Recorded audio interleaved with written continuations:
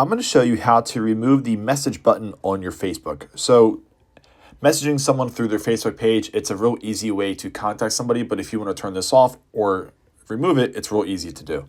So you want to go to your Facebook app and go to the three lines at the top left-hand corner, and you just want to navigate to your settings. So I'll scroll down and hit settings. And from here, once this loads up, you want to scroll down until you find where it says audience and visibility and go to where it says how people find and contact you. So from here, you want to scroll down, and as it says how you get message requests, you do have a couple options here, but let's just do the first one. So for people with your phone number, you want to go ahead and click that. And you just want to go ahead and hit don't receive requests and then hit save.